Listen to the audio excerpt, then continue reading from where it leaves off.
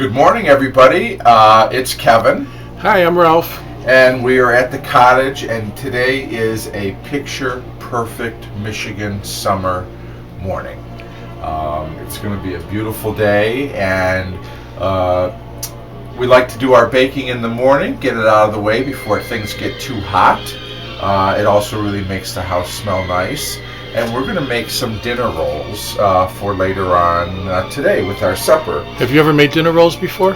Yes, and it's a real simple recipe. These are just regular, dinner rolls, kind of a little crusty on the outside, soft and chewy on the inside. So we're going to start with water. I've got about 1.25 cups of water here, warmed to 110 degrees. I just warmed it up in the microwave. You say, well, how do you know it's 110? That's where your little thermometer comes into play. And it is a great little tool to have. I got a little something in here. I don't know what it is, but we're going to take it out.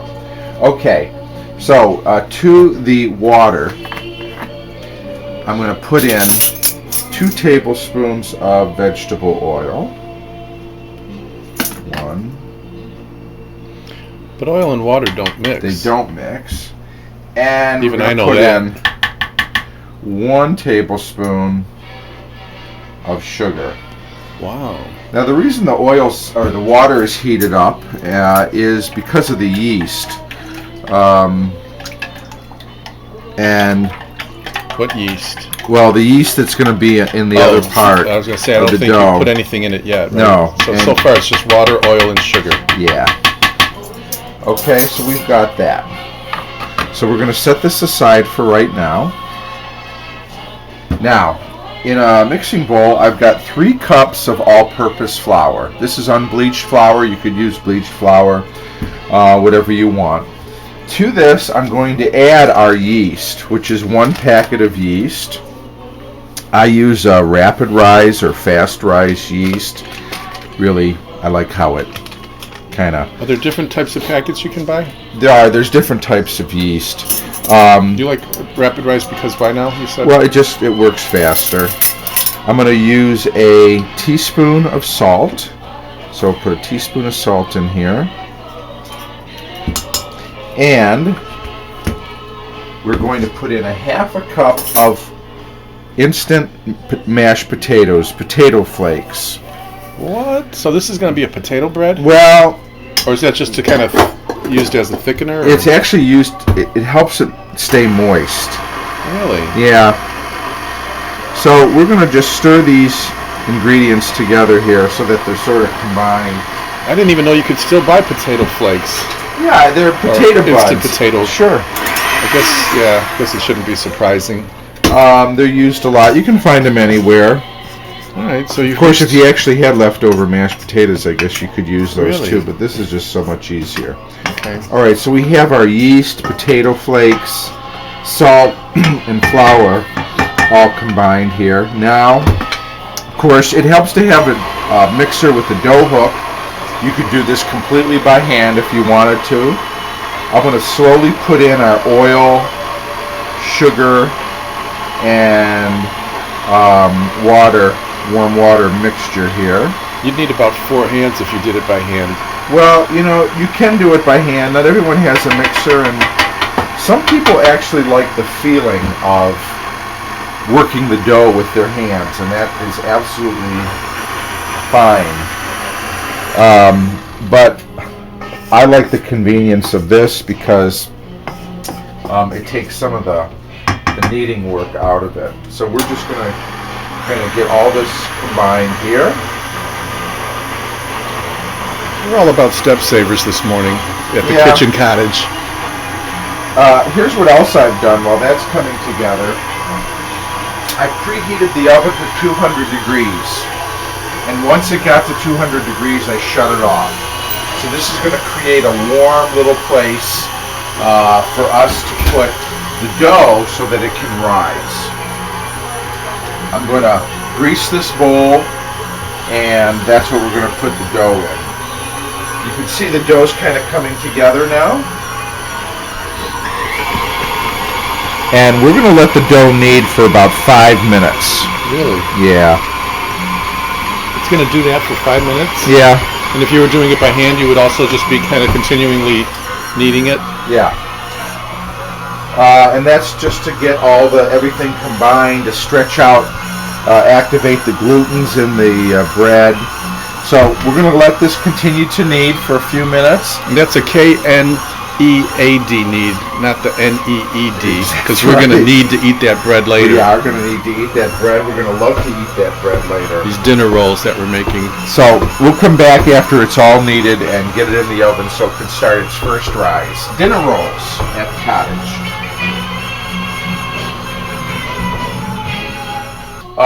Our dough has been kneaded in the mixer, and what we're going to do now is we're just going to take it out of the mixing bowl, and we're going to put it into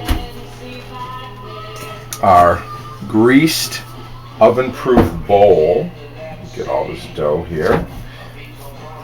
So you grease the bowl, you put the kneaded dough into it. And then we kind of turn the dough around so that it's greased.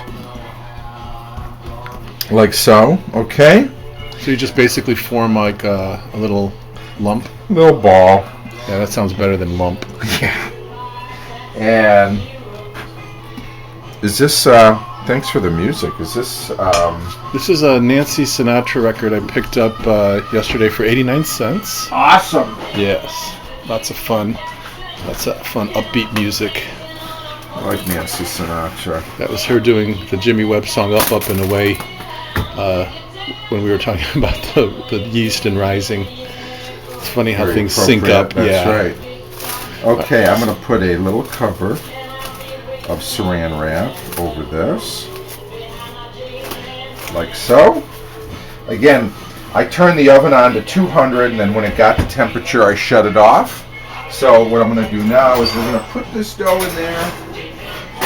Give it about 45 minutes or so. It should double in size. All right, it's been about 45 minutes, and we are to take our dough out. You can see as it has risen. And what we're going to do is we're going to take it out of our greased bowl here. How do you know when it's risen enough? I mean, is it just... It should double. Oh, okay. It should double. And I actually, before I put it on there, we'll put a little flour on this board. It'll just make it that much easier. What are you doing next? What is this next step? So I'm just taking the dough out, because the dough has to rise sort of a second time. A double rise. So it's risen the first time, and what I'm going to try to do now is what we're actually going to do, or we're going to form the rolls. So we're going to make a dozen rolls out of this dough. So you could use a knife or to cut the dough, but I'm going to use one of these, which is like a scraper. Great little tool for a lot of things. So here's where we do our math. We're going to make a dozen rolls. So let's cut the dough in half, and then in half again. So we have quarters. So we have 4 pieces. So if we're making a dozen rolls, we know how many pieces we need to get out of each roll, right, Ralph? Yes. Sorry, I wasn't listening. 3.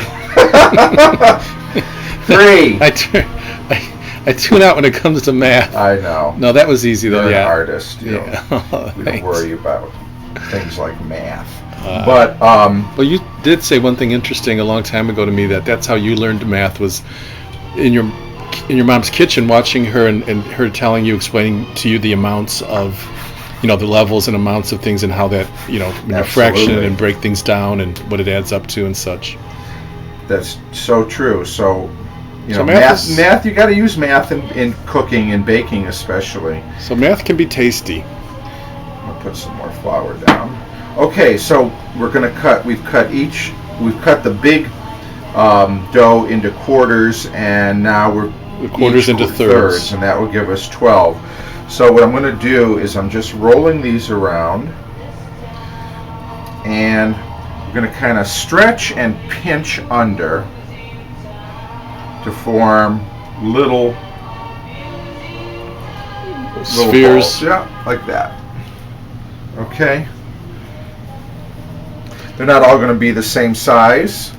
They'll be close, but they won't all be the same. But you know what? That's the beauty of things that are homemade. The little imperfections, Exactly. the variations. Yeah, the variations. I was going to say flaws, but flaws isn't a good word because they're not really mistakes. They're just variations.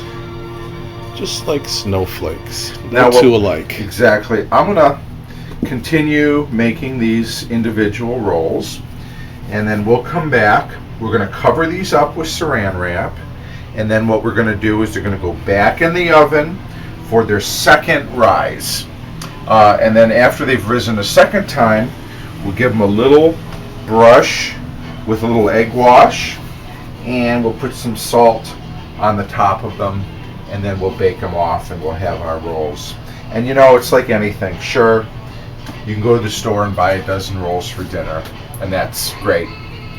But there's really something special about making things, especially baked breads like this yourself. They taste wonderful. 100 times better than store-bought. 100 times better than store-bought, and they, more importantly, they really give you an opportunity to know exactly what is in your food, and that's important. So, anyways, I'll finish this, and we'll be right back. We've got our 12 rolls. You can see right there. I'm going to just put a little plastic wrap. Oh boy, okay. I don't know about you, but this plastic wrap sometimes gives the me... the bane of your existence. I know. I think you mentioned that previously. Anyways, so got our 12 rolls formed. We're going to put them back in the oven, which is still somewhat warm, for about 20 minutes. All right. And they're going to go through their second rise. We have had our rolls in for 20 minutes, and you can see what has happened. They have risen again. Just like the South. And I've turned the oven on to 400 degrees because that's going to be the baking temperature. So now we have our rolls ready. They're on the baking sheet. By the way, this is just parchment paper. You don't have to use it. You could grease the sheet if you wanted to. I like using parchment paper. It just makes things easier. No fuss, no muss. Yeah, Easy less cleanup. cleanup, and things don't.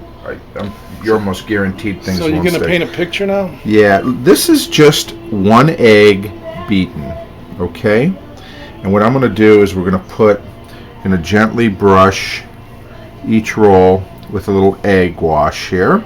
This egg is going to do a couple of things. One, it's going to make a nice brown crust.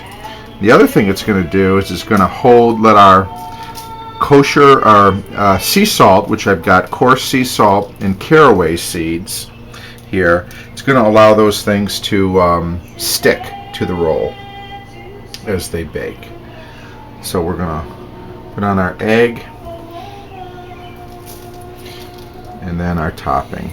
Our timer just went off. It's been 15 minutes at 400 degrees. What does this kitchen smell? And Awesome. we're going to take our rolls out. Oh. You can see they're really nicely browned on the top. That's that egg wash that we put on. So what we're going to do is going to let them kind of cool on the in the pan for another 10 minutes or so, and then we'll take them out and just sort of put them on the cooling rack. Good job. They look great. And so here we go, homemade dinner rolls. So anyways, thanks for being a part of another moment in the kitchen, and we'll see you next time.